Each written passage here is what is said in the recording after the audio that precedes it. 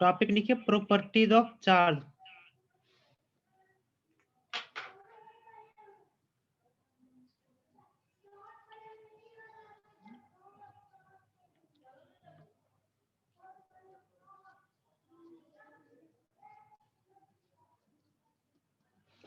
ठीक है, कल हमने क्या पढ़ा था कि चार्ज इज ट्रांसफरेबल, चार्ज होता ट्रांसफर हो सकता है। ठीक है, आज हम पढ़ेंगे उसके आगे का प्रॉपर्टी। ठीक है, प्रॉपर्टी नंबर 2 देखिए, property number 2 of the charge. Charge का दूसरा प्रॉपर्टी क्या होता है? ओके, क्योंकि बिहार बोर्ड का जब एग्जाम दीजिएगा तो आपको कम से कम लिखिएगा कि प्रॉपर्टीज ऑफ चार्ज लिखिए, ये 2 नंबर का क्वेश्चन में आता है। ओके, तो दूसरा है हमारा कि charge is associated with mass. Okay, देखो अगर मास हमारा न्यूट्रल हो सकता है, पॉजिटिव हो सकता है, नेगेटिव हो सकता है, तो अगर चार्ज नहीं होगा तो मास हो सकता है, लेकिन अगर मास नहीं होगा तो चार्ज होगा ही नहीं। ओके, तो दूसरा में क्या लिखेंगे? Charge is associated with mass.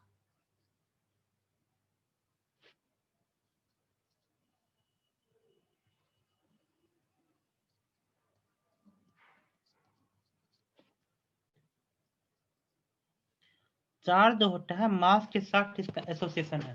Okay, mass without charge is possible, या यहाँ पे नोट करके लिख दीजिए कि mass without charge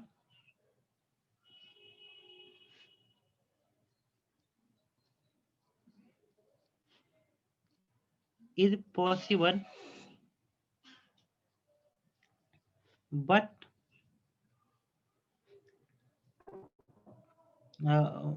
mass without charge is possible, but charge without mass is not possible.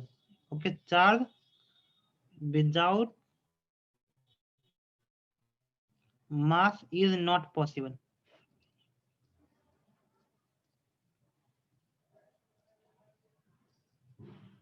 ठीक है, दूसरा पॉइंट कंप्लीट हो गया,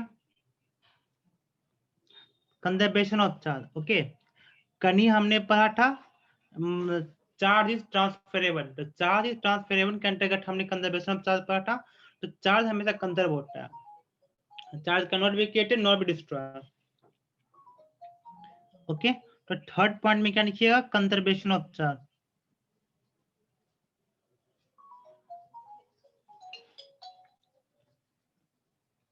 ओके, चार्ज हमेशा कंजर्व होता है, शुरू का और बाद का। चौथा पॉइंट में लिखिए इनवेरियंस ऑफ चार्ज। ओके, चौथा हमारा पॉइंट है invariance of charge.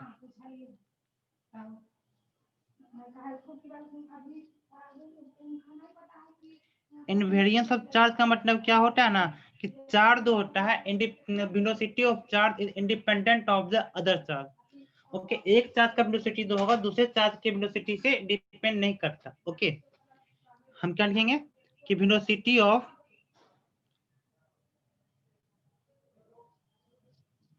One charge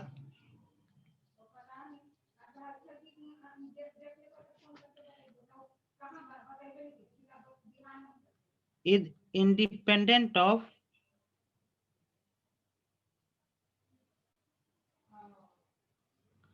other charge।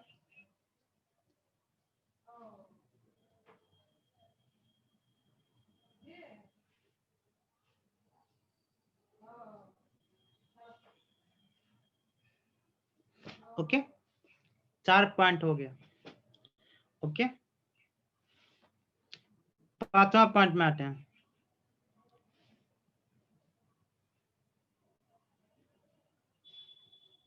ठीक है, चार्ज होता है वो इलेक्ट्रिक फील्ड प्रोड्यूस कर सकता है, मैग्नेटिक फील्ड प्रोड्यूस कर सकता है, इलेक्ट्रोमैग्नेटिक वेव भी प्रोड्यूस कर सकता है। ये आपको पता है, चार्ज कैन प्रोड्यूस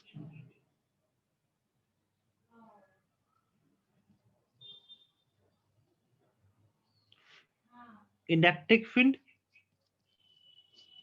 ये इलेक्ट्रिक फील्ड कब प्रोड्यूस करेगा? जब आपका V का मान कितना होगा? 0।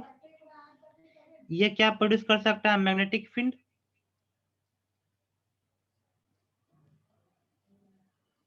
जब V का मान कितना होगा आपका कांस्टेंट, और ये क्या प्रोड्यूस कर सकता है, इलेक्ट्रोमैग्नेटिक वेव,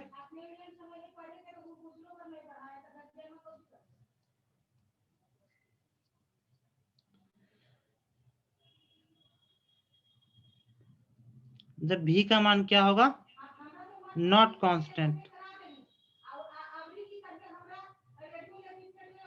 ओके ओके, यहाँ तक कोई दिक्कत? तो देखो जब वेलोसिटी आपका 0 होगा तो सिर्फ इलेक्ट्रिक फील्ड प्रोड्यूस करेगा, वेलोसिटी कांस्टेंट होगा तो इलेक्ट्रिक फील्ड और मैग्नेटिक फील्ड दोनों प्रोड्यूस करेगा। अगर वेलोसिटी आपका वेरिएबल होगा तो इलेक्ट्रोमैग्नेटिक वेव, इलेक्ट्रिक फील्ड और मैग्नेटिक फील्ड तीनों प्रोड्यूस करेगा। ओके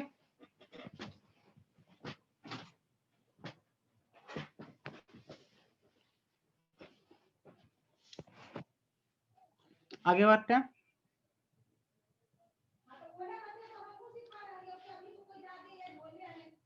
कितना पॉइंट हो गया हम लोग का, 5 पॉइंट हो गया। 5 पॉइंट का छठा पॉइंट पाते हैं।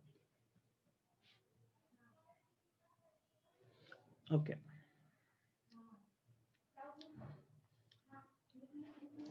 देखो, एवरी जितना भी बॉडी है सबका सब क्या होता है, कम से कम एनर्जी को गेन करना चाहता है, कम से कम। ओके तो जितना भी चार्ज देंगे कंडक्टर पे वो कहाँ पर रहेगा, अंदर में रहेगा कि सरफेस पर रहेगा, तो जितना भी चार्ज है वो सारा का सारा कंडक्टर के सरफेस पर आना चाहता है। Okay charge bond to resides on surface of conductor। Okay ये कंडक्टर के सरफेस पे रहना चाहता है।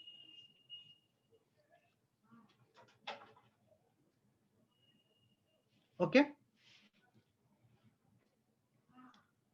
क्योंकि अगर वो सरफेस पर रहेगा तो कम से कम एनर्जी रहेगा, क्योंकि आपका पता है ना एनर्जी इज इक्वल टू कितना होता है, वर्क कितना होता है, के Q1 Q2 बाई आर, और दूर जितना ज्यादा होगा सेंटर से उतना कम एनर्जी होगा, और जितना कम एनर्जी होगा उतना ज्यादा स्टेबल होगा।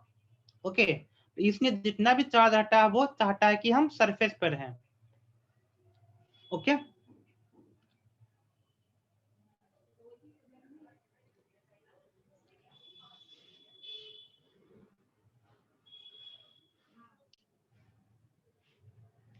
छठा पॉइंट पे आते हैं। 6 पॉइंट हो गया ना, 7वां पॉइंट पे आते हैं। 7वां पॉइंट हमारा क्या है, तो देखो अगर कोई भी सरफेस होता है, मतलब क्या कहते हैं, अगर शार्प पॉइंट है तो शार्प पॉइंट होगा तो वहां पे क्या होगा, हाई पोटेंशियल। तो देखो अगर कोई चीज शार्प चीज होगा तब उसका रेडियस कम होगा, और रेडियस कम होगा तब पोटेंशियल ज्यादा होगा। ओके तो कोई भी शार्प पॉइंट होगा तो वहां से चार्ज लीक करने की संभावना ज्यादा होगी, क्योंकि वहां पे पोटेंशियल हाई रहेगा। ओके तो 7वां पॉइंट में क्या लिखेंगे, चार्ज लीक्स फ्रॉम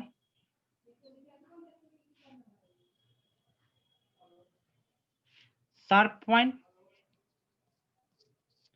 तो चार्ज हमेशा जो है शार्प पॉइंट से लीक करना चाहता है। ठीक है,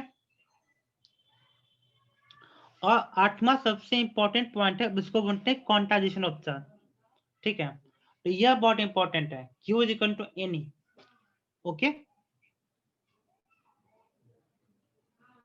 क्वांटाइजेशन ऑफ चार्ज।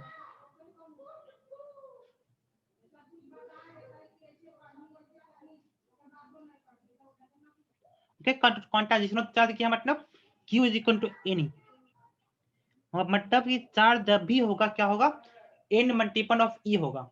ओके और यहाँ पे n का मान कितना होगा, 1 2 3 4 5 और सो ऑन करते जाइए। ठीक है n का मान -1 नहीं हो सकता, -2 नहीं हो सकता, -3 नहीं हो सकता, जब भी हो तो +1 +2 +3 +4 +5। ओके तो इसको हम अगर अपनी भाषा में लिखें तो क्या लिखेंगे, चार्ज इज ऑलवेज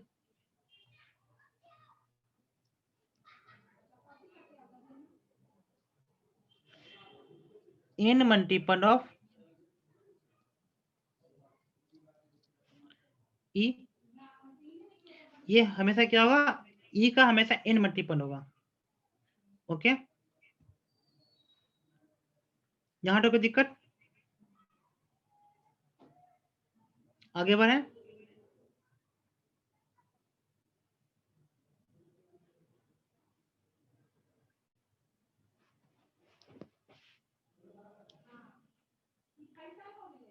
ठीक है, आगे बढ़ते हैं।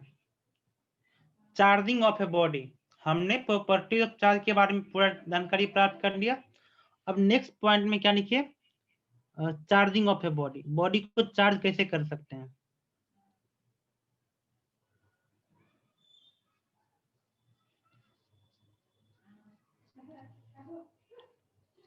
ओके, तो बॉडी को चार्ज करने का 3 तरीका है।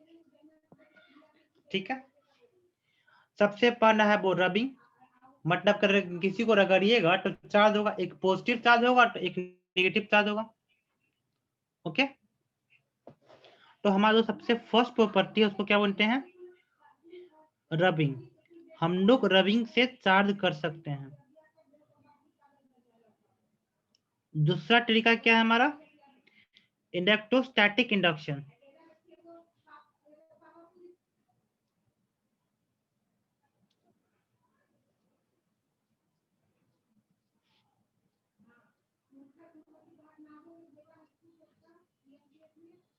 ओके, और तीसरा में जो है वो आपका क्या है, कंडक्शन।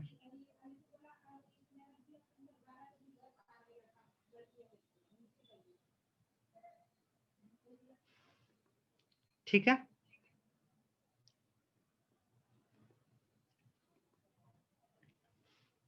ठीक।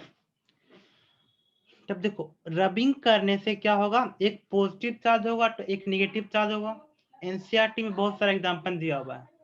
ओके, तो आप वो एग्जांपल को पढ़िएगा और याद रखिएगा। ठीक है, अब वो एग्जांपल याद कैसे रहेगा। ओके, तो वो ना आपको जो है सिर्फ बुक पढ़ने से याद नहीं होगा, बट हम आपको एक शॉर्टकट तरीका सिखाते हैं कैसे याद रखना उसको।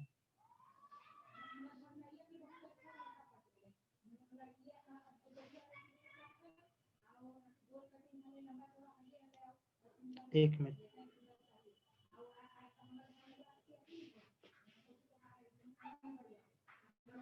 सबसे पहले लिखिए रबिंग।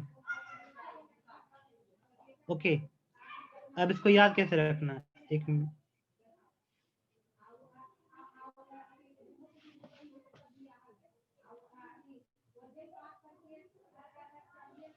तो देखिए यहाँ पे सबसे पहले लिखिए on rubbing,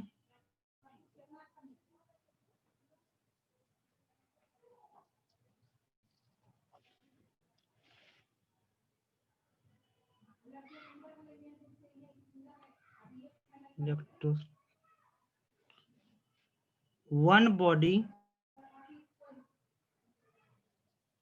gets positive charge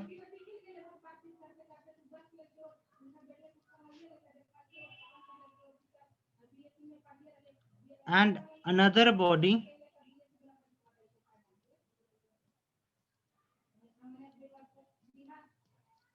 gets negative charge.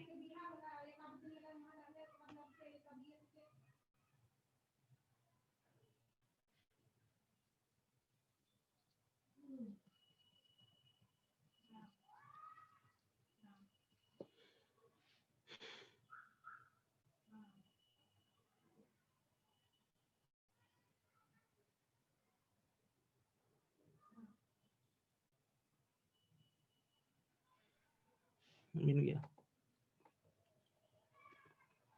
Okay, तो यहाँ पे जो है कौन कौन सा पॉजिटिव चार्ज होता है, कौन कौन सा निगेटिव चार्ज होता है, वो कैसे याद रखिएगा। तो एक तरफ लिखिए यहाँ पे पॉजिटिव चार्ज और दूसरे तरफ लिखिए आप निगेटिव चार्ज।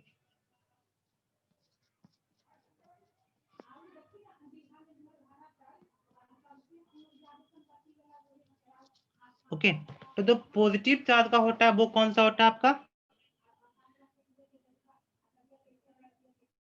ग्लास रॉड,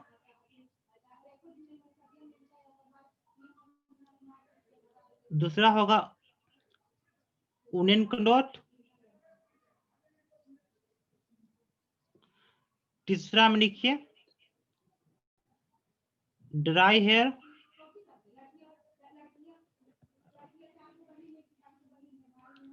चौथा में लिखिए कैट स्किन। ये सब पॉजिटिव होता है। अब जो निगेटिव होता है उसके बारे में लिखिए, ठीक है। तो निगेटिव कौन सा होगा? सिंक्लोट,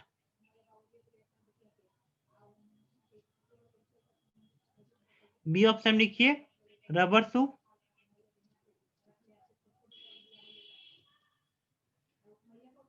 सी में लिखिए अंबर,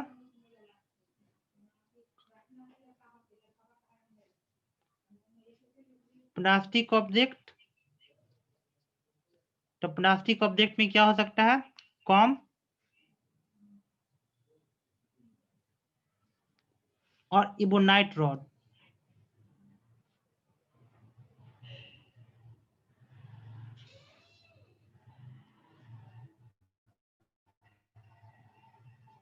ये सारा का सारा चीज क्या होता है आपका? निगेटिव और पॉजिटिव।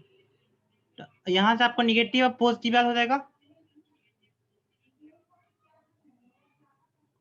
ओके, तो एक बार फिर से हम सबको याद कर देते हैं। तो देखो, रबिंग करने से क्या होगा? एक पॉजिटिव चार्ज होगा, एक नेगेटिव चार्ज होगा। तो पॉजिटिव में क्या क्या होगा? Glass rod, woollen cloth, dry hair, cat skin. Okay, negative charge में सिल्क नॉट, रबर शू, और जो है अंबर, प्लास्टिक ऑब्जेक्ट और इबोनाइट रॉड। ओके, तो इसको याद करने, नेगेटिव चीज को याद करने का एक तरीका बताया था हमारे सर ने, P A S E R, passer. Okay, P S E R. P से होगा प्लास्टिक रॉड, सॉरी, पी से होगा प्लास्टिक ऑब्जेक्ट कोई भी होगा, ए से अंबर, ए से सिंक नॉट, और ई से इबोनाइट रॉड,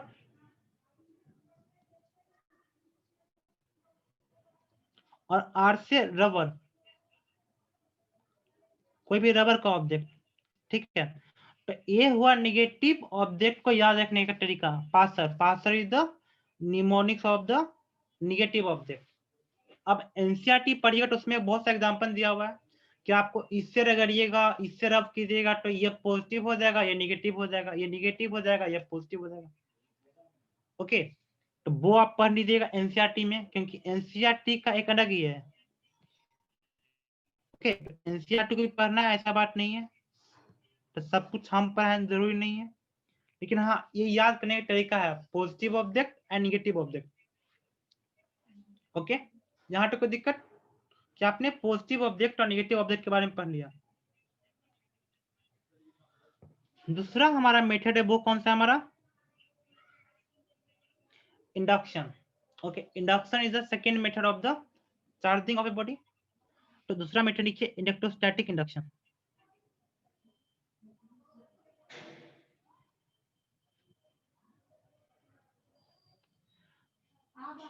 ओके, तो इंडक्शन में जो होता है, जो भी चार्ज गेन होता है वो कौन सा होता है? तो जो भी हमारा ऑब्जेक्ट होता है उसके अपोजिट नेचर का चार्ज गेन होगा। Okay, charge gain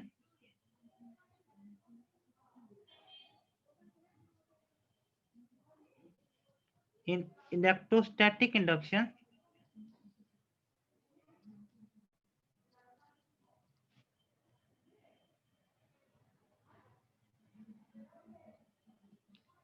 is opposite nature of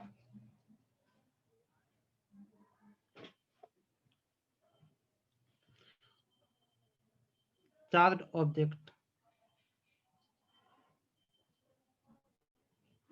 ये चार्ज ऑब्जेक्ट का जो होता है अपोजिट नेचर का चार्ज इसमें गेन होगा इन द इलेक्ट्रोस्टैटिक इंडक्शन। अच्छा, आगे बढ़ते हैं। तो इसमें जो भी चार्ज होगा ना इलेक्ट्रोस्टैटिक इंडक्शन में, कभी भी जो होता है ऑब्जेक्ट के चार्ज से कभी भी ज्यादा चार्ज नहीं होगा। ओके, तो induce charge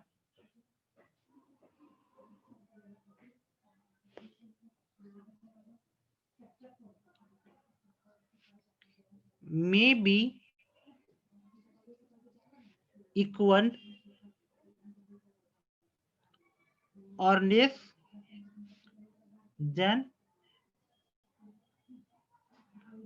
charged object।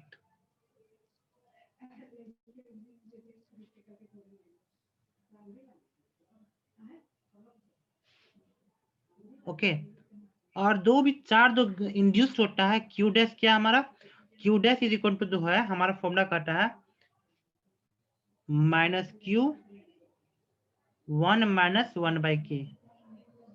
Okay, तो क्यू क्या हुआ, चार्ज ऑफ ए बॉडी,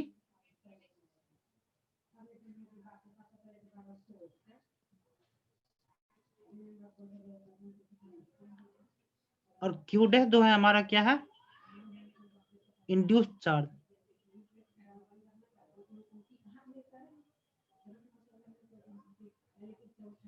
ठीक है, और के का मान कितना होता है वो थोड़ा सा याद कर लीजिए। ठीक है, तो देखो अगर वो मेटल होगा टोटल, तो क्या होता है परमिटिविटी। ओके, तो परमिटिविटी ऑफ मीडियम ऑफ मेटन का मान याद कर लीजिए, मेटन का कितना होगा के, और मीडियम यहाँ पे के लिखिए, यहाँ पे मीडियम लिखिए।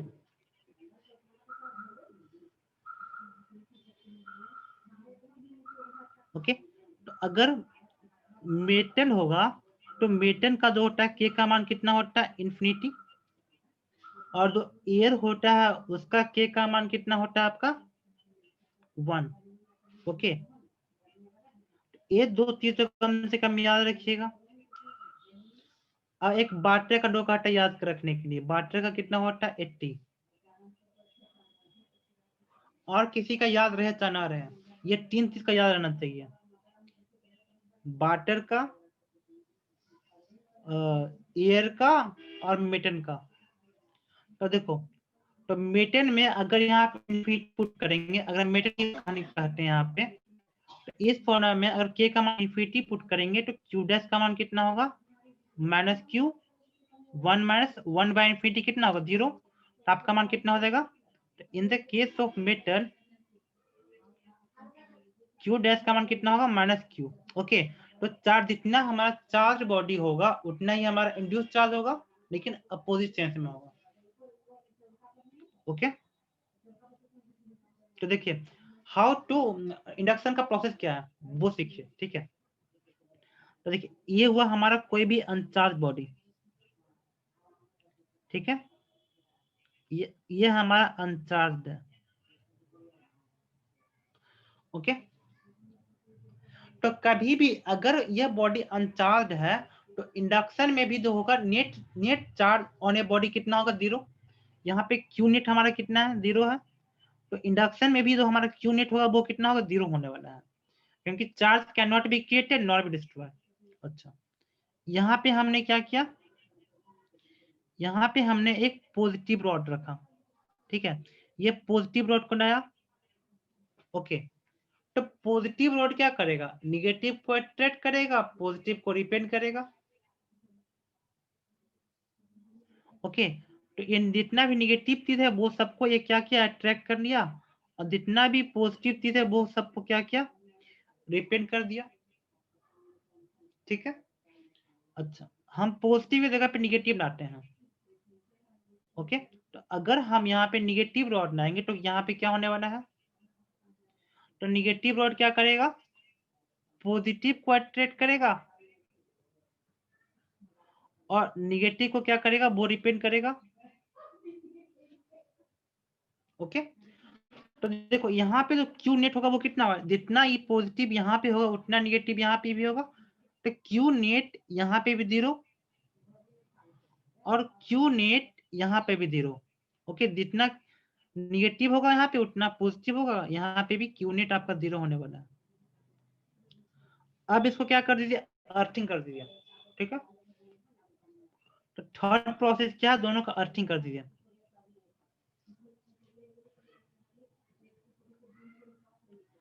अगर हम अर्थिंग कर देंगे तो हमारे अर्थ के अंदर बहुत सारा, उसके पास इतना इलेक्ट्रॉन है कि उसके अंदर कितना भी इलेक्ट्रॉन डालो तो उसका कुछ नहीं होने वाला। ओके, बहुत अर्थ बहुत बड़ा होता है, तो उसके अंदर कितना भी इलेक्ट्रॉन जाएगा, इन्फिनिटी है, तो वो क्या, वो 0 हो जाएगा। ओके, तो अर्थ के अंदर अर्थ से इलेक्ट्रॉन कितना भी आ सकता है, कितना भी जा सकता है, वो डिपेंड करता है नेचर ऑफ द बॉडी पे। तो पहले केस में क्या नाइट है, पॉजिटिव बॉडी को नाइट है। ओके, पहले केस में जो है हमने क्या किया था, पॉजिटिव रोड को लाया था, तो पॉजिटिव रोड को लाया था तो हाँ यहाँ पे निगेटिव इंड्यूस हुआ। ओके, तो यहाँ पे देखो, तो यहाँ पे निगेटिव इंड्यूस हुआ था और यहाँ पे पॉजिटिव इंड्यूस हुआ था। इसको हमने अर्थिंग कर दिया, तो अर्थिंग कर दिया तो क्या होगा, अर्थ से इलेक्ट्रॉन आएगा और इस पोर्शन को क्या कर देगा, न्यूट्रॉन कर देगा। ओके, तो हमारा जो नेट चार्ज जो बचेगा वो कैसा होगा, हमारा ऐसा होगा। ओके, तो हमारा इस पे कैसा चार्ज होगा, हो जाएगा निगेटिव चार्ज इंड्यूस हो जाएगा। तो this is the process of induction.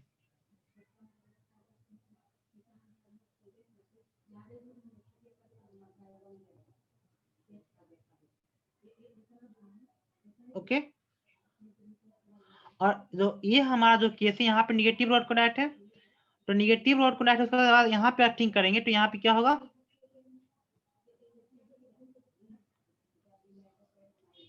तो यहाँ पे निगेटिव रॉड कनेक्ट है तो यहाँ पे पॉजिटिव हुआ था और यहाँ पे क्या हुआ था, आपका निगेटिव था। अब इसको अर्थिंग करने के बाद क्या होगा, सारा का सारा इलेक्ट्रॉन अर्थ के अंदर चला गया, और जब सारा का सारा इलेक्ट्रॉन अर्थ के अंदर चला गया तो यहाँ पे क्या होगा आपका, यहाँ पे जो आपके पास जो बचेगा वो सिर्फ पॉजिटिव चार्ज बचेगा। ओके, यहाँ पे क्या हुआ, पॉजिटिव चार्ज इंड्यूस हो गया।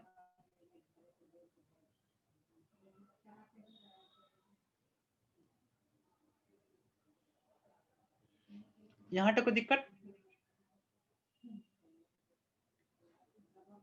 अब आगे बढ़ते हैं। तीसरा प्रोसेस हमारा क्या था, तीसरा प्रोसेस था हमारा कंडक्शन का। ठीक है,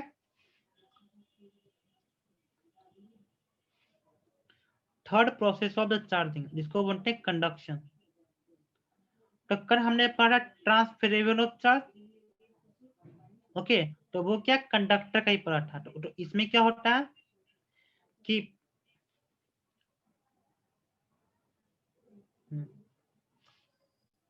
देखो, यहाँ हम यहाँ पे लेते हैं कोई भी अनचार्ज बॉडी,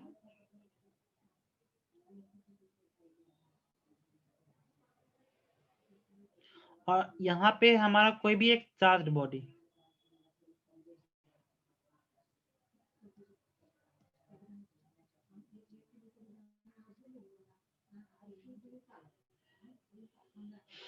ओके, तो हमने क्या किया, दोनों को स्टिक कर दिया। ओके, दोनों को हमने स्टिक कर दिया। ठीक है, अब इसके बाद क्या हो जाएगा, अब इसके बाद दोनों चार्ज हो जाएगा। ओके, तो इस पे मानते हैं, इस पे चार्ज था हमारा Q और इस पे चार्ज है हमारा 0। ओके, तो टच करने के बाद, कंडक्शन करने के बाद यहाँ इसका चार्ज हो जाएगा Q1 और इसका चार्ज हो जाएगा Q2। अब ये Q1 Q2 कितना होगा, वो डिपेंड करेगा इसका रेडियस पे। ओके, तो इसका जो होगा Q1 का मान कितना हो जाएगा, Q1 का मान होगा Q plus 0 into R1 divide by R1 plus R2।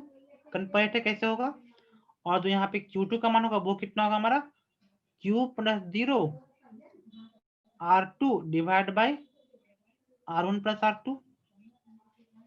Okay, ये हुआ कंडक्शन का प्रोसेस कि एक मेटल को दूसरे मेटल के पास लेके आए, तो एक जो अनचार्ज था वो चार्ज हो गया और जो चार्ज था उसमें से चार्ज लॉस हो जाएगा।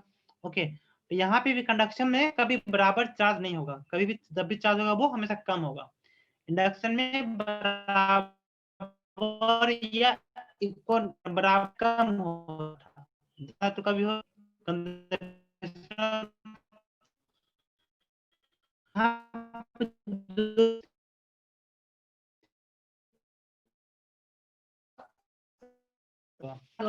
संदर्भ होगा। Okay, in conduction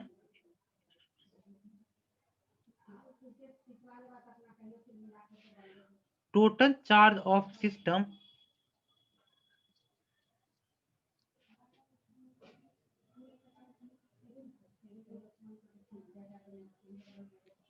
is conserved. Okay, or charge on each conductor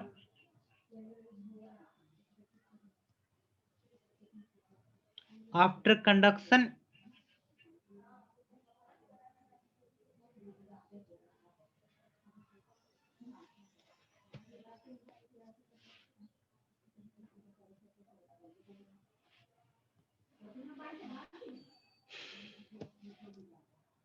is more on uncharged body and less than more on charged body। Charge body जो है तो सही, जो अनचार्ज बॉडी उस पर कोई चार्ज नहीं था तो उस पर चार्ज आ गया, तो जो अनचार्ज बॉडी होगा उस पर चार्ज ज्यादा हो जाएगा and less in charge body. Okay, ये समझाया कि जो जो चार्ज बॉडी होगा उसका कुछ चार्ज ट्रांसफर हो जाएगा अनचार्ज बॉडी में, तो जो अनचार्ज बॉडी है उस पर चार्ज ज्यादा हो गया और जो चार्ज बॉडी है उस पर चार्ज कम हो गया। ओके, और नेट चार्ज क्योंकि हमारा क्यू होना है, तो it is a process of conduction. Okay, तो कंडक्शन का यूज कहाँ होता है? ओके, ये नोट करके देखिए, जैसे कि कोई भी ट्रक व्रक होता है तो ट्रक के पीछे क्या होता है, चेन लटका होता है, चेन जमीन से जा रहा होता है। ओके, उस प्रोसेस में क्या होता है, due to friction of the truck with the road there is accumulation of lot of charge. Okay, तो जब ट्रक जो चलता है तो उसके कारण बहुत चार्ज एक्युमुलेट हो जाता है ट्रक में, और वो हमारा जो मेथड होता है वो कंडक्शन के थ्रू होता है, वो अर्थ पे चल जाता है, तो सारा का सारा चार्ज अर्थ में चला गया, और अर्थ के पास इतनी कैपेसिटी होती है कि वो उसके अंदर कितना भी चार्ज डालो उसको कुछ असर नहीं होने वाला। वो एक बहुत बड़ा क्या करते हैं, वो इन्फिनिटी चीज है। ओके, इसलिए जितना भी ट्रक होता है सबके पीछे क्या होता है, वो हमारा लोहा का बहुत सा सिक्कर जो है जमीन से लटकाया रहता है। ओके, तो truck have maintained chain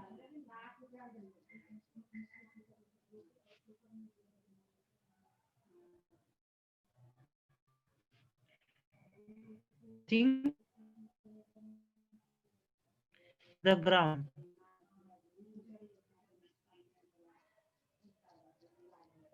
okay,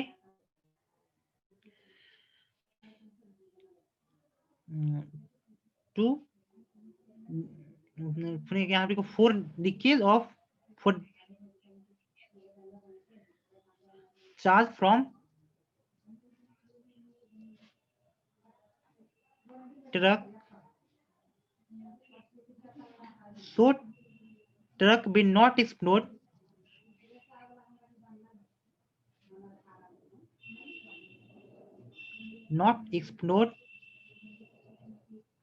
due to accumulation of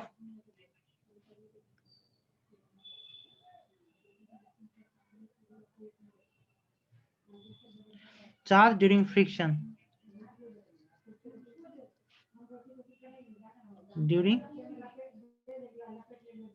of truck with road, friction of truck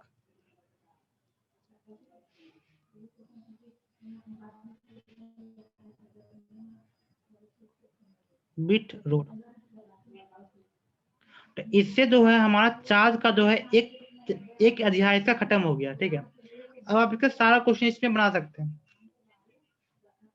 ठीक है, तो चार्ज का जितना भी आपके पास एक दो गो होगा, क्या करते हैं, जो मैंने आपके लिए बनाया था क्या प्रैक्टिस सेट, वो आप बना लीजिए, बना करने कोशिश कीजिएगा कितना होता है, कितना आ रहा है आपका? फिर कल न्यू टॉपिक स्टार्ट करेंगे of the electrostatics. Thank you. यहाँ पे कोई दिक्कत?